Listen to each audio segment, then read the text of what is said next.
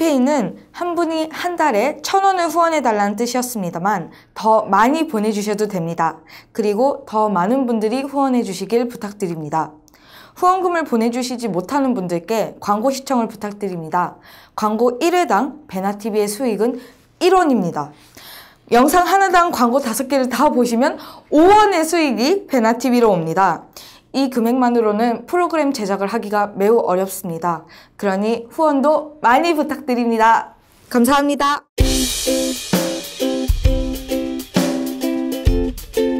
탈북 청소년들에게 팬들과 만나는 공개 방송 시작하겠습니다. 안녕하십니까?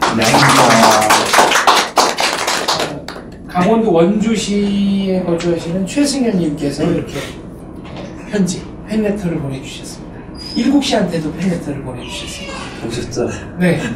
일국씨한테는 예쁜 편지지에 써서 보내주셨고요. 저한테는 일반 편지지에 써서 보내주셨습니다. 아까부터 박사님이 자꾸 내 걸 이렇게 훔쳐보고 머린 걸 보고 하시면서 지금 그러니까 사심이 깊은 건 아셔가지고 선물도 보내주시고 예.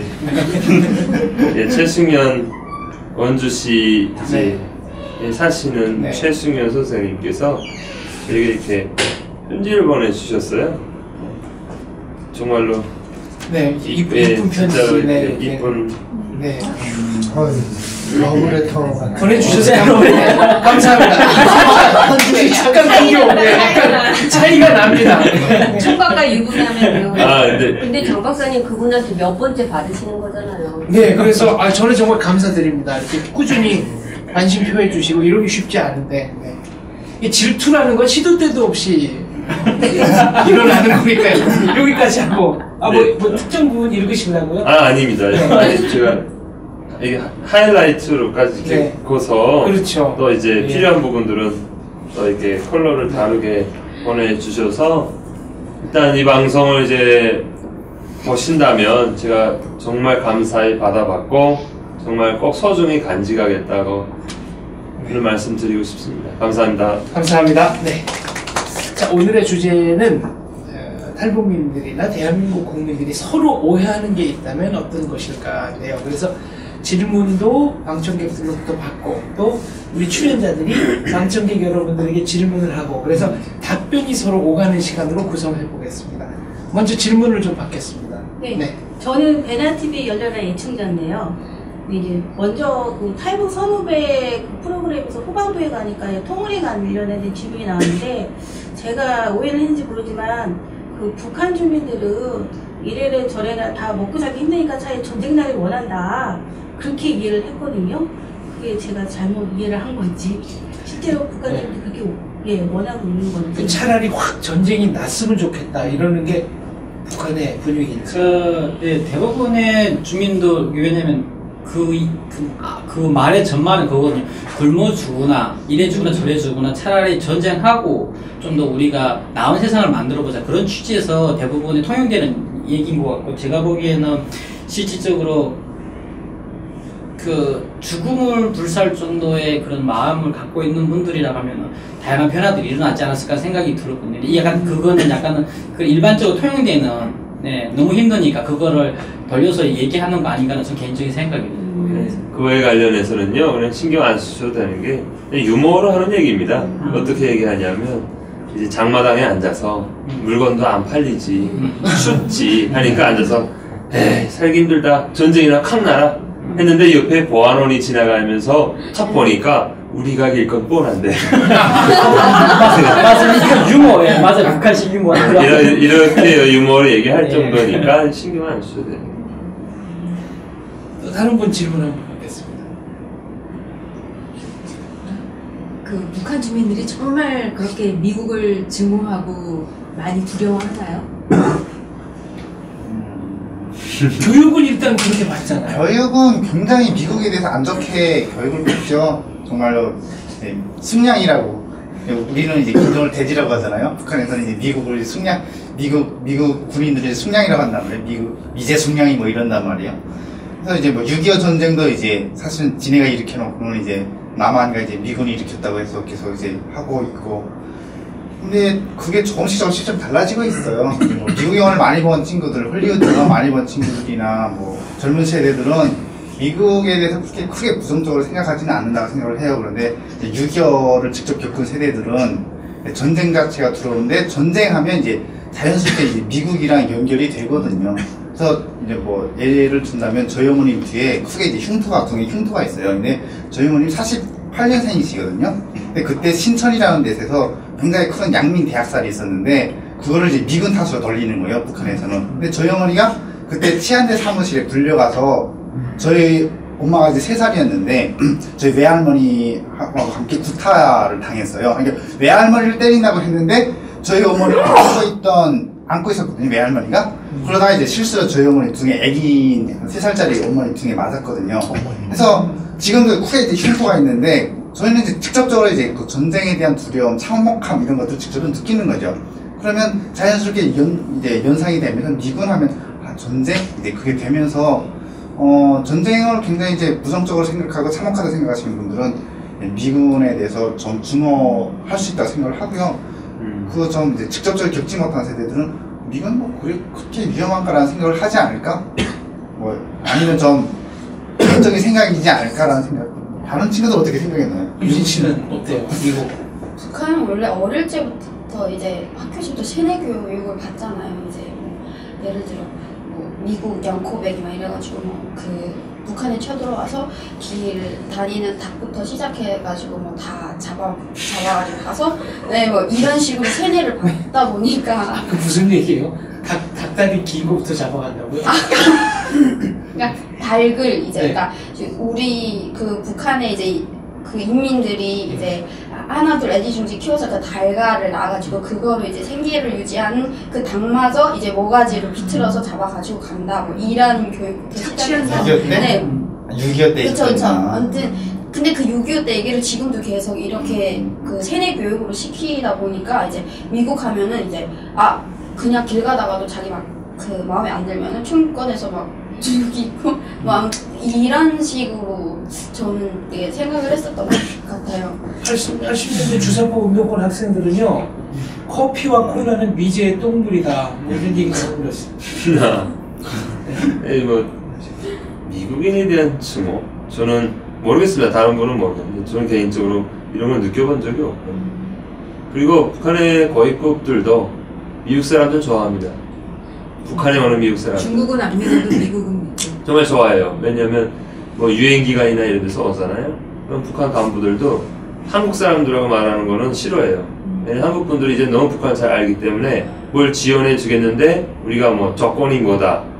대신 너희들 이걸 해라. 그래야지만 주겠다. 이런 식의 털을 날아요. 말이 대화가 잘 되니까. 근데 미국 사람들 오면 이렇게 애러 허소를 하면 정말 잘 해줘요. 미국 사람들이.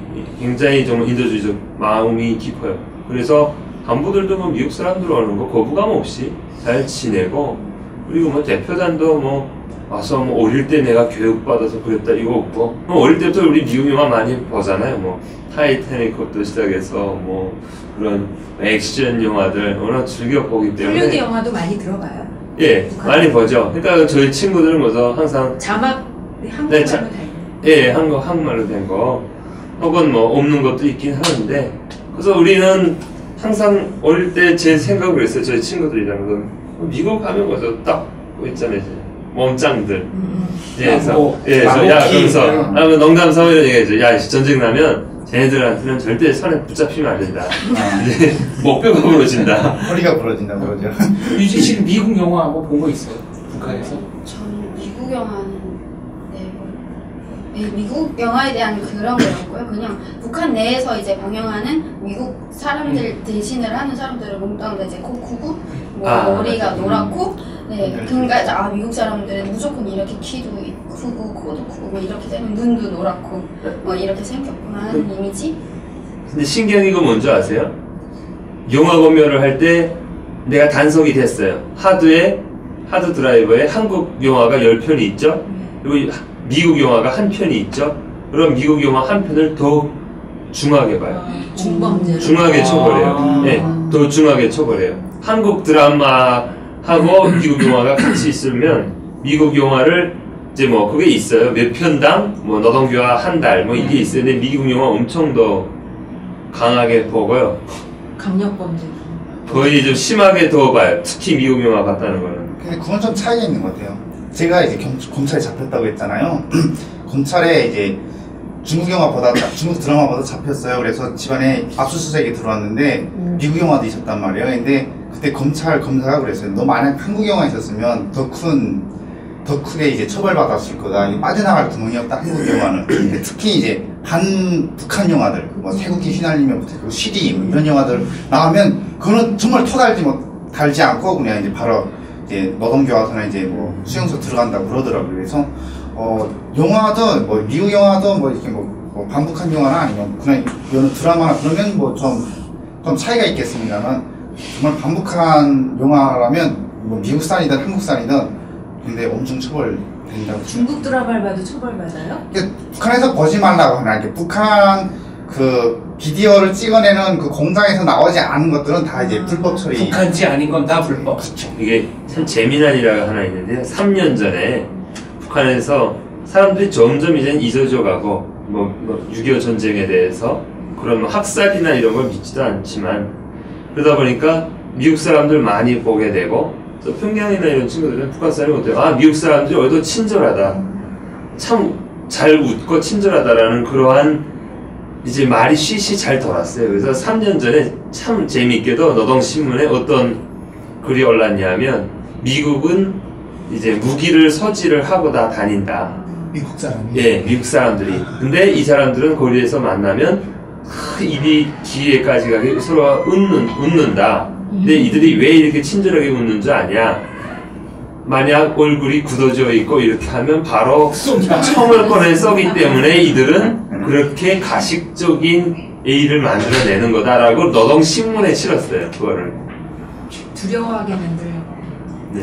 군인들은 다 밤입니까? 지성 씨는 군대 생활 10년 가까이 했죠. 아, 네. 일단은 뭐 북한에서 얘기하는 샤마노, 초등학교 때 샤마노 교육을 제너럴 샤마노부터 시작해가지고 6.25 전쟁 발발 뭐 이런 거 그다음에 이후 뭐 판문점 기반의 사건 그 사건 또 플러스 해가지고 이런 거에 대한 교육을 계속 끊임없이 하다 보니까 이게 특히 전쟁을 난 근본 원인을 다 미국한테 지금 다 돌리는 거다 보니까 아무래도 지금 얘기하는 중호를 많이 하냐라고 했는데 이게 지금 탑 클래스 우리가 일국씨가 얘기하는 거기서 얘기하는 거하고 실질적으로 이게 그 대중적인 정서 안에서는 그 미국에 대한 중호 그러니까 제일 먼저 요구할 때는 이제 침략자들과 구주구 뭐 이렇게 해가지고 늘 공식적으로 쓰는 용어가 있거든요. 그만큼 그 미국 그러니까 이게 항상 이중적인 대한데 외교적일 때는 미국에 대한 신뢰를 깔고 가고 조선인민의 철천지원수리 그러니까 이걸 깔고 가고 조선인민의 불구대체 그러니까 대외 영이 있고 대내 영이 있어가지고 이게 좀 다르게 구분하고 있는 것 같아요. 알겠습니다. 자 이제 출연자들이 방청객분들한테 질문하고 싶은 거 뭐가 있을까요? 네, 저 질문. 탈북민들을 보는 시각이 어떤지 왜냐면 제가 계속 논문 자체가 지금 탈북민에 대한 탈북 남성에 대한 논문이 계속 수가 있다 보니까 그들이 그러니까 왜냐면 이게 지금 방송에서 얘기하는 거하고 실질적으로 그들이 살면서 경험하는 거가 솔직히 괴리가 있어요. 그러니까 저가 자꾸 이렇게 자꾸 이렇게 좀 그런 얘기 하는 경우는 현장에서 그들이 얘기 듣다 보니까 저 입장에서는 저는 학교만 있다 보니까 그걸 못 느끼고 근데 실질적으로 현장에 그들하고 인터뷰하면서 느끼는 거는 좀 다르거든요. 그래가지고 솔직히 여기 방청객에 계신 분들 입장에서 탈북민을 보는 시선과 그런 것들이 개인적인 생각을 말씀드리니까 보편적인 걸 말씀드립니다. 개인적인 거하고 보편적인 걸 본인의 생각. 보편적인 거는 제가 감히 얘기는 못하겠고 저 개인적으로는 탈북민들은 동포라고 생각을 하고요. 그래서 뭐 통일을 바라고 있는데 통일이 감상적으로만 접근할 수는 없는 거죠. 네, 맞습니다. 네, 그리고 뭐 개인적으로 제가 동서독 통일 후유증이 얼마나 심각했는지도 봤기 때문에 우리도 충분히 그런 어떤 이질적인 것이 나올 수 있고 또 솔직히 지금 남한 사회도 지금 국민들이 뭐 그렇게 지금 삶에 대한 만족도가 이렇게 높다고 보기에는 힘든데 이제 북한 분들하고 통일은 해야겠지만 현실적으로 내일로 갔을 때 저분들하고 같이 살아야 되는데 좀 뭐 부담스러운 면도 없잖아 고민이 있는 거죠. 근데 그 고민이 저는 탈북하신 분들을 많이 만나거든요, 천안에서. 네. 근데 한국 분들이 뭐 이제는 그렇게 크게 경제적 고민 때문에 저분들을 이렇게 부담하는 거는 좀 제가 보기엔 소수인 것 같고, 사고가 많이 좀 틀린다는 거예요. 그 가치관. 네, 그러니까 그런 이질성이 과연 잘 좁혀질까. 그 다음에 한국에서 사시셨으니까 아시겠지만, 남한 내에서도 지금 현재 그 동서 지역 갈등이 좀 있거든요. 그것도 아직 뭐 만족스러운 정도로 극복하지 못한 우리 한국 사회에 문제가 있는데 70년 정도 완전히 다른 이질적 체제에서 같으신 분들하고 할 때 나올 수 있는 똑같은 사안을 보고도 굉장히 달리 해석할 수 있는 그 이질적인 것 때문에 그렇지, 제 주위에서 한국 분들 보면은 통일은 잘하시고 이제 뭐 이렇게 경제적 부담을 느끼시는 분들은 좀 소수신 것 같아요. 또 답변해 주실 분 안 계십니까? 네. 저는 2015년부터 이제 만나러 갑니다. 그런 걸 보기 시작했어요. 북한 관련 프로그램을. 그래서 그 전에는 탈북자 그러면은 아무 생각이 없었어요. 솔직히 나랑 먼 사람? 나 본 적이 없으니까. 그런데 TV에서 그분들이 나와서 하는 말을 듣고 어떻게 해서 북한을 넘어오게 됐고 한국에 정착하는 과정에서 어떤 걸 겪었고 그런 걸 듣다 보니까 멀리 있는 사람이 아니라 나랑 똑같이 느끼고 똑같이 생각하고 그런 똑같은 사람이구나, 약간 그런 걸 먼저 느꼈어요. 근데 거기서 어떤 분이 예전에 이런 말씀을 하셨어요. 한국에 와서 이제 자기는 친구가 되고 싶은데 한국 사람들은 다 친절한데 그게 친구가 돼주는 게 아니고 이방인으로서 친절한 거에서 상처를 받는다고 하더라고요. 그래서 어떻게 탈북하신 분들을 대해줘야 될지 잘 모르겠고, 그리고 또 이건 제 개인적인 견해인데요.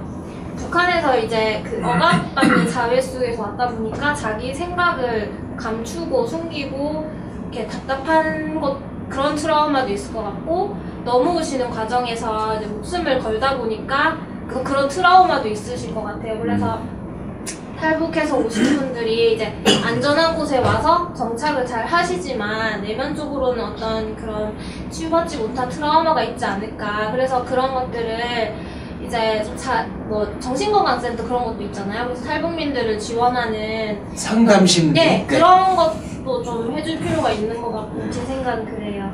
맞죠. 네, 두 가지로 한번 나눠보겠습니다. 첫째는 한국 사람들이 친절하기는 한데 뭔가 내가 생각하는 이 진정한 인간관계까지는 못 가는 것 같다. 그러니까 어떻게 좀 대해주면 진정한 인간관계 기준이 못 가요. 그 애매해요. 아니, 저는요, 그거는 뭐냐면 한국에 와서, 물론 한국에 와서 탈북민들 덩퍼 많이 내세워줍니다. 그렇기 때문에 뭐 찝으면 이게 탈북민들이, 같은 탈북민들이 제가 이렇게 말하면 어떻게 생각할지 모르겠는데 역심이에요. 왜냐, 덩덕과 서덕은 원래 뿌리 자체를 보면은 같은 민족이 아니에요. 예. 그럼에도 그렇게 싸우고 어쨌든 통일을 이렇게 냈어요. 그리고 한반도 문제는 더 복잡해요. 전쟁을 겪었죠. 서로가 죽일래길 했죠. 정말 이건 말도 안 되는 동족 상대의 전쟁을 했고, 지금 거의 70년 동안 군사 분계선에서 일어난 이 도발 행위가 몇천 건인 줄 아세요? 북한이 정전협정을 어긴 횟수가 정식 지금 통계 잡힌 것만 4만 건이 넘어요. 그리고 땅굴, 보통 상식의 사람들이라면 저 나라, 적대국의 나라에서 그렇게 했다면 적대국에서 온 사람들 봐주지 않습니다. 봐주지 않아요, 절대. 정말로. 안 그러세요? 아니, 내 형제,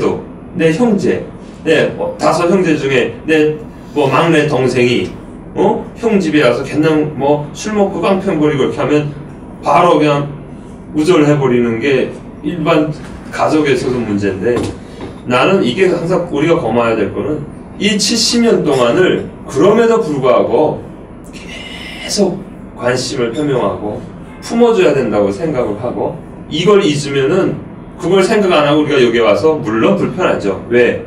저도 같아요. 저도 집에 가면 외롭고 그런 트라우마도 있고 하는데, 거리에 나가서 내가 이렇게 얼굴 이렇게 찌푸리고 있는데 상대방이 날 보고 안 웃어준다고, 내 말 안 들어준다고 화낼 수는 없잖아요. 그렇기 때문에 아까 말씀하신 것처럼 그런 얘기를 나눌 수 있는 공간에 내가 찾아가서 내 스스로가 털어보이지 않으면 이거는 답이 없어요. 그래서 아까 먼저 선생님께서 말씀하신 것처럼 그렇게 되면 우리가 먼저 털지 못하면 앞으로 통일된 다음에도 후유증. 대화가 안 되는 거예요. 야, 나는 북한에서 이렇게 못 먹고 못 살았는데 동포인 당신들은 한국에서 뭐 했냐? 쌀도 안 보내주고 이렇게 말할 거잖아요. 그럼 무슨 대화가 돼요? 그럼 안 되잖아요. 그러니까 서로가 우리가 꼭 북한 사람들이 이해해야 될 건 그거라면 북한은 엄청난 대한민국에 있어서 적대국이에요. 그렇죠. 그럼에도 불구하고 70년 세월을 계속 선을 내밀어주고 있는 거 이거를 잊으면 안 돼요. 이것만 생각하면 저는 남한에 와서 한국 분들과의 친구 관계 이거 문제될 거 하나도 없다고 생각합니다. 유진 씨는 방청객에게 여쭤보고 싶은 거 뭐가 있을까요? 저는 이제 그런 게 있어요. 제가 이제 직장 생활도 하고 뭐 이런 거 해봤잖아요. 그런 이렇게 보면은 제가 이제 뭐를 하고 같이 얘기를 하고 뭐 이러면은 저한테 자본주의를 많이 먹었네 이런 얘기를 많이 하세요. 그러니까 궁금해요. 저는 내가 어떤 행동을 도대체 하고 이랬길래 자본주의를 많이 먹었다고 하는지. 그러니까 이게 칭찬인지. 네, 칭찬인지 아니면 이게 참. 칭찬이죠. 네, 그 자유민주주의, 자본주의 국가에서 오히려 자본주의에 대한 부정적인 인식이 많아요, 요새. 그래서 별로 안 좋은 뜻으로 한 얘기인 것 같은데, 뭐, 그렇게 심각하게 생각은 안 하셔도 될 것 같아요. 그 스쳐가는 소위 말해 개그로 생각하시면 될 것 같아요. 칭찬이라고 생각합니다. 심각하게 의미부여하실 건 아니라고. 저 질문이 있는데 남한 방청객분들은 저희 대학생들이 저희 탈북민 청년들이 탈북 가는 걸 다 알고 계시죠? 근데 어떤 특기가 있다고 알고 계세요? 잘 모르는데. 특기에 대해서 전형이 따로 전형 탈북자 전형 따로. 네, 전형이 따로 있죠. 국립대는 저 전액 지원을 해주고 사립대는 반은 정부가 돼주고 반은 정확히 하시네. 그리고 지원을 하면 몇 %나 붙는다고 생각을 하세요? 이게 큰 오해예요. 이게 그러니까 큰 오해. 대한민국에서는 탈북자들은 본인이 대학 가기를 원하면 거의 다 가는 걸로 생각해요. 그거 아니었어요? 그거 아니에요. 경쟁률이 굉장히 치열하고요. 그런데 그래도 남한 친구들이 하는 경쟁률에 비해서는 그래서 상대적으로 낮긴 하죠. 하지만 같은 선상에서 출발한 탈북한 친구들이 출발한 극에서는 그래도 좀 높죠. 입학을 하더라도 뭐 100% 졸업을 못 한다면서요. 그 강의를 제대로 못 쫓아가가지고 중도 탈락자가 좀 많다면서요. 그렇게 많다는 기준이 어느 정도인지 모르겠는데요. 한 20% 정도라고 봐야 되나? 그렇지. 탈락하는 사람이요? 그러니까 뭐 휴학을 한다든가 아니면 다른 의미에서 내가 이 전공을 했는데 예를 들어서 한국에 입국을 했는데 옆에 주변 사람들이 야 빨리 대학 가야 되지 않겠어? 그럼 무슨 전공을 해야 될까요? 그런데 야 돈 벌려면 경영학과 가야지. 아니 너 중국어에서 좀 살지 않았니? 중국어 학과 와. 그래서 막 떠밀리다시피 해서 갔는데 내가 정작 좋아하는 건 아니란 말이죠. 그래서 고민하다가 나는 사실은 의사가 되고 싶었는데 그래서 한 3년 정도 다니다가 거대 의대에 간 친구도 있고요. 그리고 공부하라고 해서 공부했는데 정작 나는 공부의 특성이 맞지 않아요. 그리고 너무 힘들어요. 그래서 탈락하고 그만두고 일을 해서 성공한 친구들도 있고 그래서 여러 가지 복합적인 맥락들이 있죠. 30살까지만 내주는 거죠. 35세. 네. 35세. 제 사촌 동생도 한양대 간영학과 졸업하고 지금 한양 대학병원에서 근무하고 있는데, 근데 실질적으로 한양대 대학 간호학과에 뭐 몇 명 있냐 했을 때 그 학년에 그 친구 혼자 있어. 이제 시험 본 거는 탈북 청년들끼리 한 20-30명 같이 시험 봤는데 결국에 합격한 한 명이고 모든 대학교들이 이거 까에서 한 명 내지 2명 많이 받아서 받는 거고 그것도 탈북사에서 경쟁해서 받는 거거든요. 그러니까 내가 연세대 그 정치외교학과 가겠다 해가지고 무조건 다 그냥 내가 5선 내면 합격하고 받고 이런 거 구조가 아니거든요. 우리 학교도 요번에도 딱 2명밖에 못 들었어요. 대학원이요? 네, 대학원은 대학원은 그 인원이 더 적고, 뭐, 그래봤자 지금 박사가 15명 정도밖에 없는 거고, 석사도 뭐 해가지고, 많지는 않아요. 그러니까 이게 다, 이렇게 무조건 문서 넣어보시고, 시험 보면 다 학교 가는 게 아니라, 또 여기서도 경쟁시켜가지고, 공부할 수 있는 친구들도 추려서 시키는 거고, 그리고 중간에 탈락한다는 것도, 이게, 2가지 부류가 있는 것 같아요. 공부하다 보니까 자기 적성은 안 맞는 거예요. 왜 내가 대학교 갈 때 그 생각했던 대학 공부하고 실질적으로 내가 대학을 경험했을 때 대학 공부가 다른 거예요. 그러니까 이 친구들은 잠시 텀을 주고 특히 또 영어가 좀 많이 딸려가지고 해외에 한 1, 2년씩 갔다 오는 친구들도 있고, 그러다 보니까 공부가 다 아니라고 깨달아가지고 자영업으로 트는 친구들도 있고 뭐 다양하게 바뀌는 것 같아요. 그래서 저는 이게 적응인가 부적응인가 문제를 보는 게 아니라 북한 사회 자체가 자기가 뭘 좋아하는지 적성을 잘 모르는 그 시스템 속에 살다 보니까 그 자기를 찾아가는 과정 속에 있다. 저는 생각이 진로 과정 속에 있다고 보고 있거든요. 그래서 저희 입장에는 그들이 부적응했다고 생각 안 하고 있어요. 스스로 지금 그 끊임없이 자기하고 투쟁을 하고 있다. 자기 길을 찾아가기 위한 끊임 노력을 하고 있지 않나 생각이 들어가지고 요즘 이런 좀 오해는 좀 이렇게 조금 외람될지 모르는데 지성 씨 지금 탈북자 디아스포라 전공하잖아요. 대학원 학비는 어떻게 마련하고 있습니까? 저는 지금 연구원으로 있는 조건이 있고, 연구원이다 보니까 연구원에 대해서 제공을 해주는 게 있어요. 그러다 보니까 저는 탈북자에서 지급되는 게 아니라 연구원으로서 대한민국 친구 모든 친구들이 연구원 했을 때 지급되는 그 안에서 똑같이 그냥 저는 받고 있는 탈북자에서 뭐 추가 준 건 없어요. 대학원부터는 특별히 없습니다. 똑같이 자기 스스로 알아서 하는 부분이 거죠. 저 질문 좀 하겠는데, 제가 89년 학번인데 저희 때는 해외 나간다는 적었어가지고 뭐 부모님이 저 이제 해외로 파견 근무 나갔으면은 2년인가 3년 근무하면은 자식은 이제 좀 따로 전형을 했었어요. 그래서 상당히 쉬웠었는데 좀 지나니까 이제 해외 나간다는 게 워낙 많으니까 거기서도 보면 이제 좀 이제 탈락하는 사람이 나왔었는데 요즘 그러면은 탈북인데 전형도 그것처럼 경쟁률이 좀 갈수록 세지는 건지. 점점 세지고 있어요. 점점 세지고 있어요. 많이 오시니까. 제가 2010학번인데요. 저희 200명 지원했어요. 탈북민 친구들이. 그런데 붙은 친구가 8명이었나 7명이었나 그 정도밖에 안 됐어요. 그래서 좀 안 된 친구들은 너무 안타까웠어요. 아까 저기 신진선 박사님 오해시라고 그러는데, 우리 탈북민들이 전 개인적으로 이 대학에 더 많이 전형해서 더 많이 들어가길 저는 근데 바랍니다. 이게 조심스러운 건 세금 문제가 있고, 그리고 대한민국에도 청년들이 솔직한 얘기 저는 힘들잖아요. 그리고 졸업하고 나면 일단은 부채를 안고 나오는 친구들 제 주변에도 부채를 안고 나오는 친구들 많거든요. 북한 친구들이 아니라 남한 친구들이. 왜 등록금, 장학금, 학자금 지원 대출 받아가지고 나오고, 지금 대학원 다닌 학생들 중에도 대출 받아가지고 등록금 내는 친구들도 있거든요. 그러니까 그런 부분에서는 저는 감히 뭐가 정답이다 맞다라고 하기 참 어려운 부분이거든요. 왜냐하면 어떤 방법이 가장 최우선의 방법인지는 몰라가지고 저도 좀 고민하고. 그래서 특례 입학에 대해서 되게 딜레마가 있었어요. 그러니까 세타민 친구들이랑 남한 친구들이랑 이제 동시에 이제 지원을 했는데, 분명히 남한 친구가 세타민 친구에 비해서 성적도 높고, 이제 그 대학교에 들어갈 수 있는 자격이 굉장히 더 부합하단 말이에요. 그런데 세타민 친구를 붙이니까 이건 역차별이 아니냐. 그렇죠.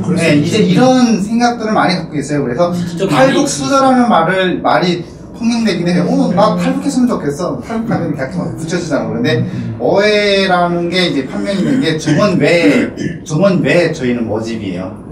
그래서 그 친구 이게 약간 특례 입학은 아니고요. 정원 외에 입학입니다. 아까 신전수 박사 논문 쓰시는데 도움이 될지 모르겠지만, 사실 저희 어릴 때만 애들은 드라마를 보면 항상 몇 분들은 실향민들이 나오셨어요. 그래서 굉장히 친근했는데 요즘은 그런 게 없잖아요. 그래서 사실 요즘 젊은 학생들에 비하면 사실은 무플보다 악플이 좋은 것처럼 젊은 학생들은 전혀 관심이 없어요. 탈북민들에 대해서. 근데 이제 특히 아까 특례 입학에 나왔는데, 사실 이게 굉장히 미묘한 문제인데, 분명히 정원 외 입학이긴 하지만, 장현 씨도 소방대 다니시죠. 근데 사실 현재 대한민국 고등학교에 따지면, 전체 대한민국 고등학교를 따지면, 서울대 들어간 학생이 전교에 한 명 있을까 말까 학생이 대부분이에요. 고등학교들이. 연문대 다니신 분. 네. 그러니까 그런 걸 알았을 때 그 한국 청소년들은 어떻게 보면 잘 모르면서 반감이 생길 수 있는 상대적 상대적으로 너무너무 힘든데 또 탈북민들 보면 전부 다 뭐 좋은 학교 다니고 막 그러니까 맞아요. 그 오해를 좀 많이 풀어야 돼요, 사실. 근데 미국에도 소수자 우대 정책이라서 특히 중산층 흑인이 오히려 그러니까 저소득층 백인보다 더 우대를 받고 들어가는 게 굉장히 그게 사회적으로 발감이 많이 생기거든요.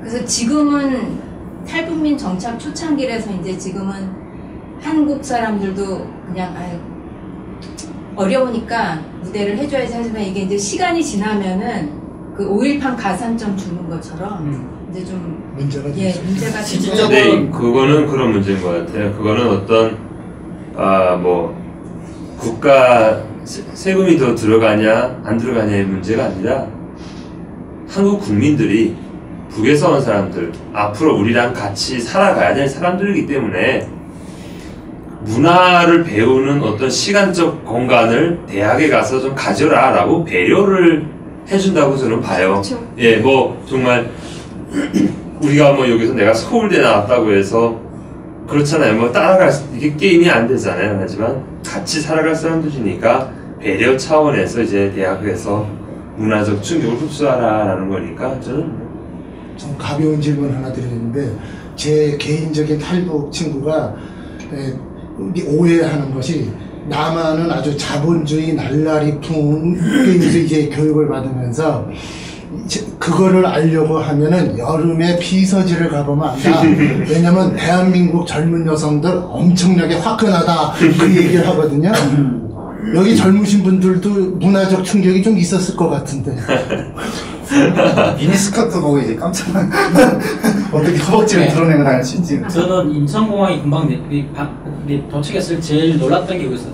비키니 광고를 보고 놀랐어요. 왜냐면 저 비키니 광고가 과연 저기 공공장소에 있을 수 있는 건가라는 약간 되게 북한에서 상상도 못하고. 근데 제가 그 금방 한국에 왔을 때 인천공항 내렸을 때 화장품 광고 다음에 비키니 광고가 있고 속옷을 막 파는 것 자체가 이게 이렇게 팔아도 되는 건가? 라는 약간 그런 것들이 있었고 그리고 뭐 다양한 것들이 특히 짧은 옷도 여름 같은 경우는 거의 뭐 화끈하죠. 그리고 그 제일 중요한 건 더 해수욕장 갔을 때 이게 다 비키니 입고 있는데 내가 도대체 눈을 어디다 들어야지 이게 보면 이상하고 안 보면 이렇게 볼을 이게 좀 그런 것들이 좀 있었어요. 선배님 논문이 진척 안 되는 이유가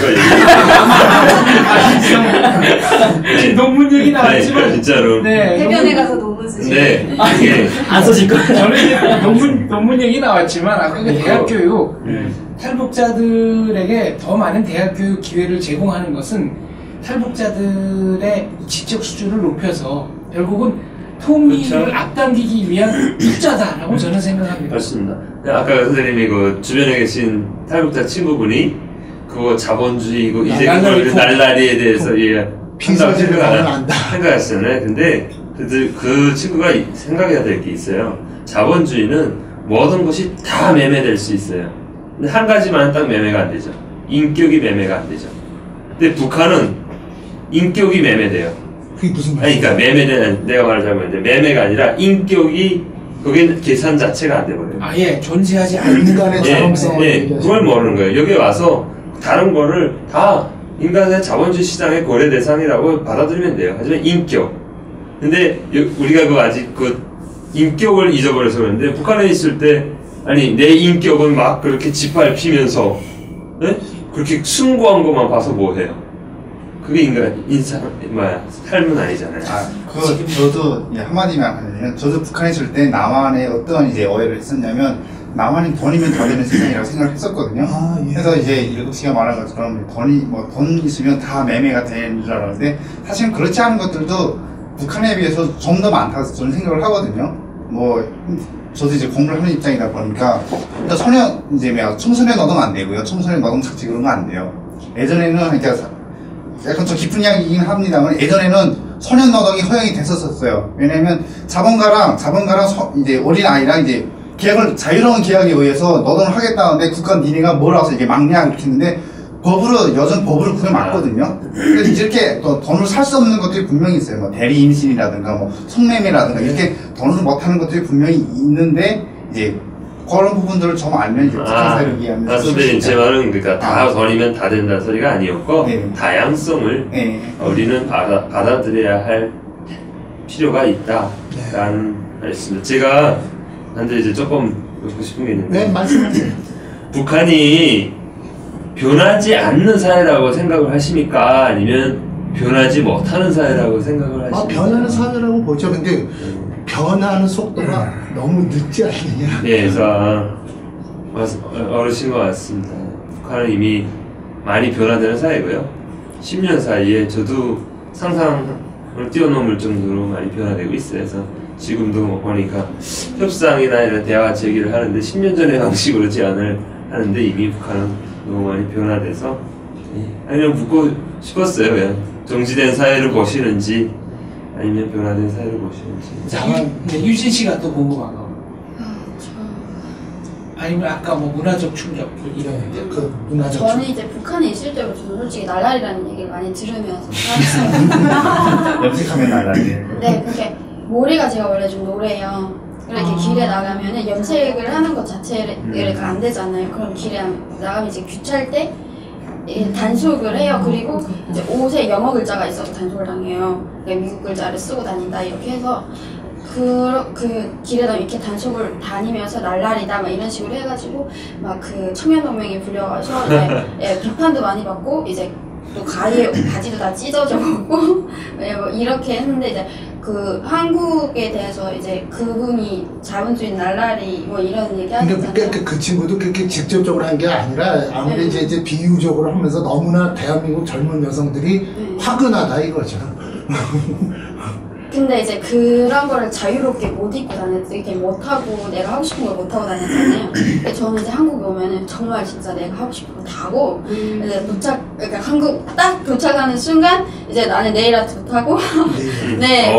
꽤 좋네. 네, 이건 한번 다 해보고 싶다, 막, 그런 갈망이 너무 많았으니까, 그리고 이제 자본주의라는 것 자체가 이제, 정말 무분별한 그런 나라인 줄 알았어요, 자본주의가. 근데 와서 보니까 그게 아니고 오히려 더 이제 법이 더 잘 되어 있고, 네, 자본주의일수록 또 미국도 지금도 그렇잖아요. 그러니까 그거를 또 한번 깨달았고 내가 하고 싶은 거에 대해서 이렇게 할 수 있다는 게 뭐 비키니. 그러니까 자유로우면서도 나름대로 규율이 있다. 네.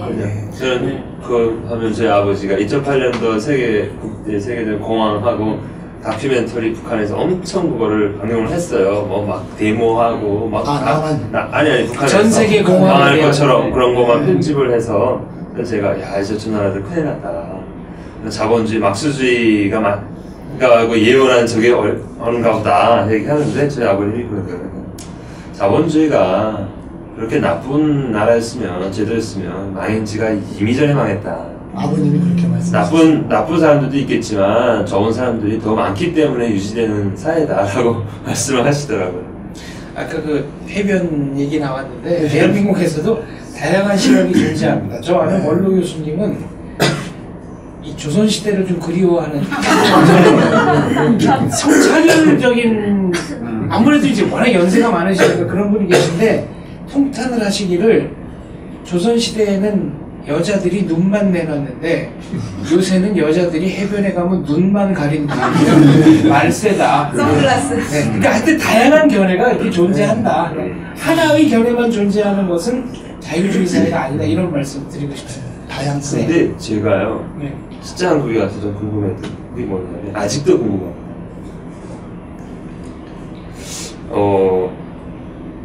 어떻게 종교전쟁이 안 일어나더라고요.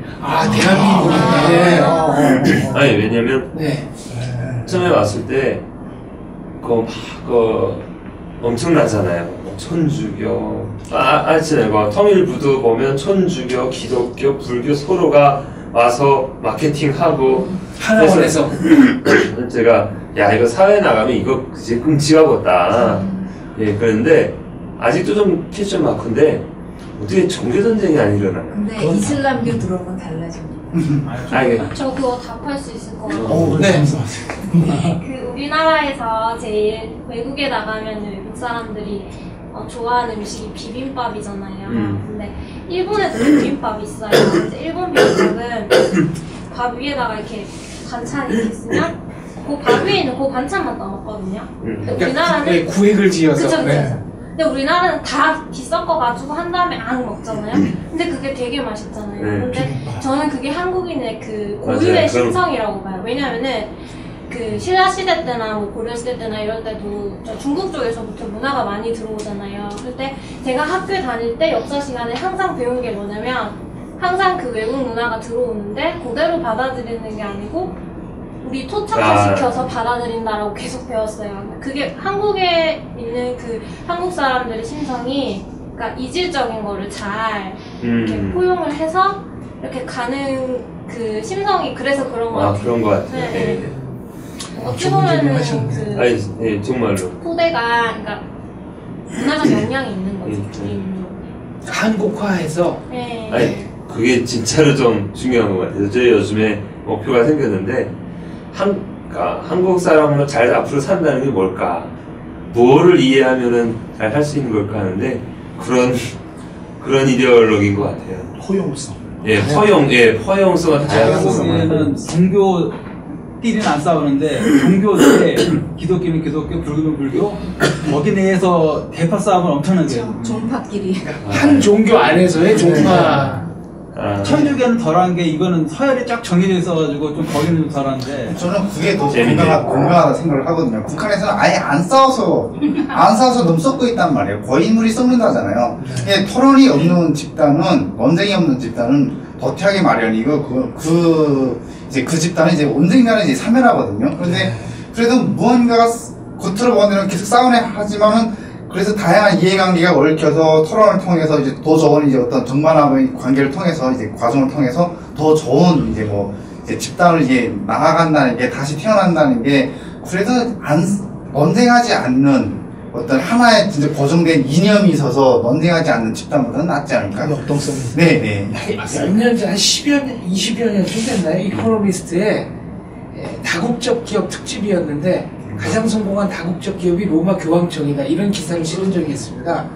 그런 면에서 우리나라는 여러 종교가 이런 표현을 써도 될까요? 종교 시장에서 경쟁하니까 그만큼 건강한 게 아닌가. 북한은 주체교가 세계 9대 사이비 종교의 하나입니다. 신도수 기준. 종교학자들 중에 그렇게 분류하는 사람이 있어요. 그래요? 네. 근데 우리나라가 각 종교마다 이제 또 정치적으로 좌익, 우익으로 나뉘어갖고 그게 굉장히 요새는 더 심각한 문제인 것 같아요. 그렇더라고요.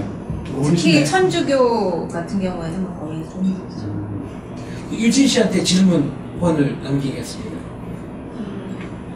아까 이제 답변을 했으니까 이번에는 질문. 너무 긴장돼서 지금 머릿속이 막 네. 준비하고 오늘 유난히 긴장을 많이 하고 네. 있어요. 미혼 남성들이 많아서 그런가요? 아니 이게 다 서로 이제 언론 정보 막 뭐 정치 막 이런 걸 얘기하시니까 솔직히 저 같은 경우에는 배우는 것도 없고요. 그리고 제가 지금 하고 싶은 게 이제 한국에 와서 대학교를 졸업하는 건데 거기에서 이제 그 기술을 배운 거잖아요.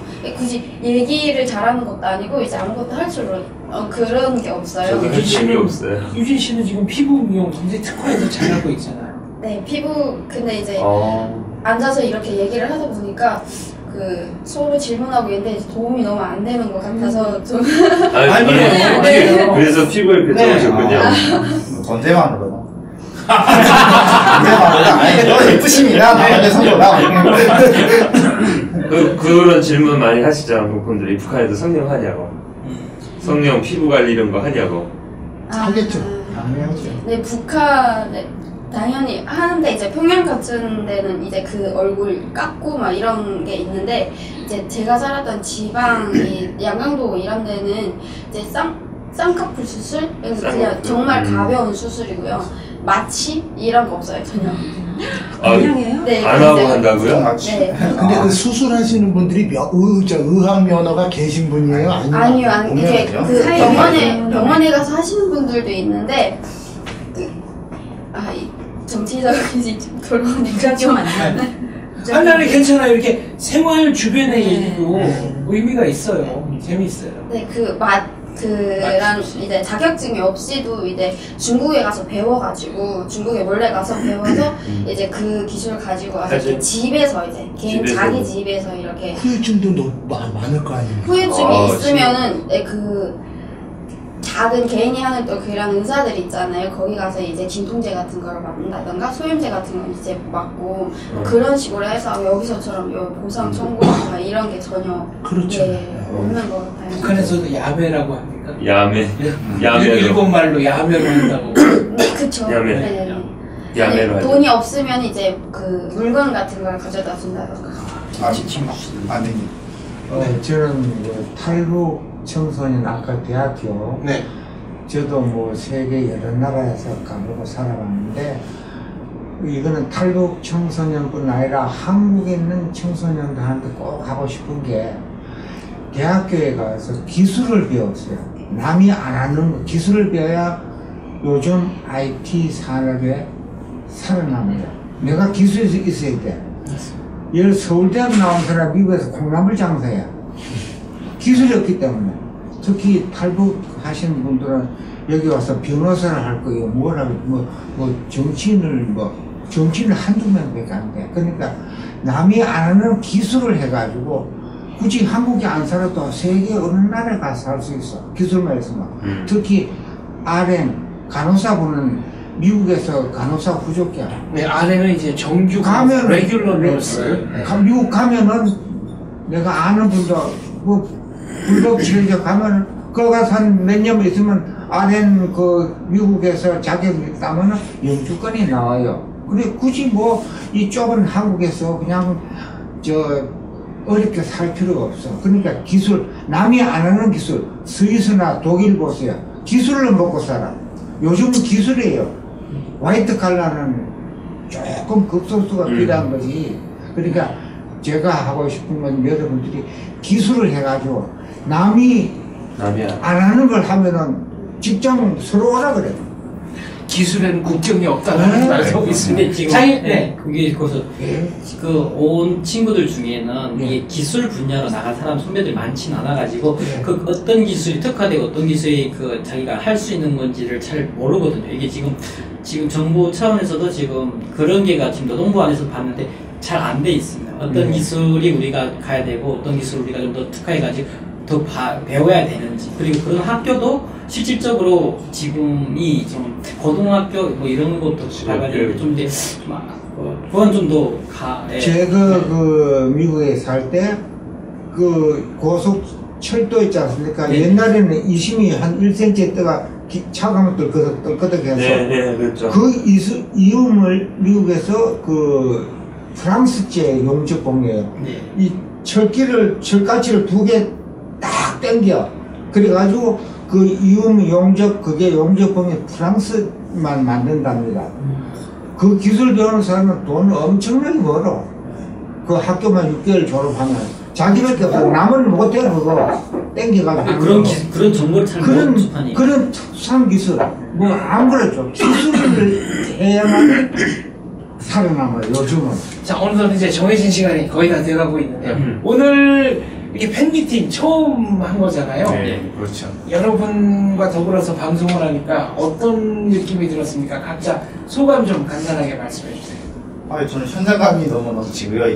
저희가 남한 분들은 이렇게 생각할 것 같아 라고 해서 기껏 수집해 왔던 게 홈페이지나 그런 데서 어떤 댓글들이나 그런 걸 보고 했는데 직접 물으시니까 너무 생동감 넘치는 것 같습니다. 네, 오늘 특별히 이발도 한 신지선 박사. 네. 저는 이렇게 소통하는 자리가 되게 원하는 자리고 이렇게 하니까 좋거든요. 왜냐면 이렇게 저희는 일방적인 걸 계속 방송을 한 거고 솔직히 댓글 정도만 보고 이분들이 이렇게 생각하노라고 이렇게 우리가 자의적으로 해석하는데 이렇게 만나서 소통하다 보니까 좀 더 가까워지는 거 아닌가, 뭐 이런 걸 더 자주 하면 좋지 않을까라는 생각이 듭니다. 유진 씨는 긴장하지 말고. 네. 많이 긴장하고 이제 준비를 많이 해오기는 했는데 솔직히 다 이제 하얗게 머릿속으로 사라졌고요. 네. 그 서로 이제 그 직접 또 물어보시고 궁금한 거 이렇게 서로 주고받고 하니까 뭔가 좀 더 현실성이 있고 좀 뭔가 이렇게 다 그 북한이나 남한 사람들한테 이제 닿는 그런 내용이 좀 더 이제 잘 거리가 그런 그렇죠. 거라고 생각합니다. 7시 저요? 솔직히 저는 한 1개월 전부터 얘기를 들었거든요. 근데 아시다시피 베나TV는 이게 사이즈가 작아요. 그래서 솔직히 저는 한두 번 어실까 했는데 출연자 숫자가 더 많을 수도 있다. 예, 그랬는데 정말 토요일에 이렇게 주말 하루 이렇게 시간 내시는 거 다 힘들잖아요. 근데 또 갑자기 지금 어제부터 폭염 때문에 너무 더운데 정말 찾아와 주셔서 정말 아까 들어올 때 너무 사람 많이 계셔가지고 집에 에어컨이 없어요. 네, 진짜 제가 정말 너무너무 순간 감동을 했고요. 그리고 그 다음에 제가 보니까 여기 방청을 앉아 계신 분들도 저희처럼 이제 명찰을 다 하신 게 진짜 좀 놀라웠어요. 그래서 정말 같이 소통을 한다는 모습을 이렇게 보여주시는 게 너무 감사하고, 그리고 세 번째는 제가 한 2시간을 이제 이렇게 하면서 이제 좀 보는 건데, 계신 분들이 정말 눈빛이 아무런 차별이 없는 것 같아요. 그냥 정말 조카, 동생, 친구같이 이렇게 바라봐 주시고 해서 너무너무 편하게 오늘 정말 즐겁게 한 것 같습니다. 너무너무 좋은 기운 받았습니다. 감사합니다. 방청객분들 가운데서도 혹시 이 방청 소감 말씀해 주실 분 계신가요? 오늘 어땠다? 네. 저는 아까 김일국 씨가 한 말씀하고 전적으로 동감하는데, 서로 남한 사람들하고 북한 사람들하고 상처 받을까봐, 상처 줄까봐 서로 조심하는 것보다는 조금 서운한 생각이 들더라도 맞아요. 대화를 자꾸 해서 맞아요. 그래서 서로 통합해 가야지 네. 정말 같이 네. 더불어서 잘 살 수 있을 것 같아요. 그래서 너무 서로 어려워하지 말고 오해가 생기면 오해도 풀고 섭섭한 거 얘기하고 네. 그랬으면 좋겠어요. 그렇습니다. 네, 또 이 얘기는 좀 하고 싶다. 오늘 느낌 어땠다? 사실 이 방송 끝나고 오프 더 레코드 할 때 한번 이 방송을 보는 시청자들의 궁금증을 극대화하는 전략적 발언이셨고요. 제가 이메일 댓글 달 겁니다. 네. 저는 북한에 갔다가 차별받아가 저는 굉장히 마음 아프게 생각해요. 네. 요즘 21세기 이 세상에 굶어 죽는 나라는 북한밖에 없어. 캄보디아, 라오스 그렇게 가난해도 보면 연쌀을 버려. 그냥 쌀밥을 막 그냥 한 거지 버려. 그걸 보면 북한에 그거 없어가지고 쑥 뿌리도 캐먹고 송구나무도 먹고 그래 굶어 죽는다는 게 참 이 세상에서 북한밖에 없는 거예요. 그러니까 여러분이 지금 이제 탈북 이게 앞으로 통일해 여러분은 이제 선구자예요. 모든 것이 합심해가지고 기술 개통해가지고 자기 생활을 윤택하게 해가지고 남한테 큰 소리 칠 수 있는 그런 걸 하세요. 그리고 차별이나 이런 거 없어요. 저희들은 생각할 때 참 밥도 못 먹고 얼마나 비참한 생활이에요. 몇백만이 굶어 죽고. 네?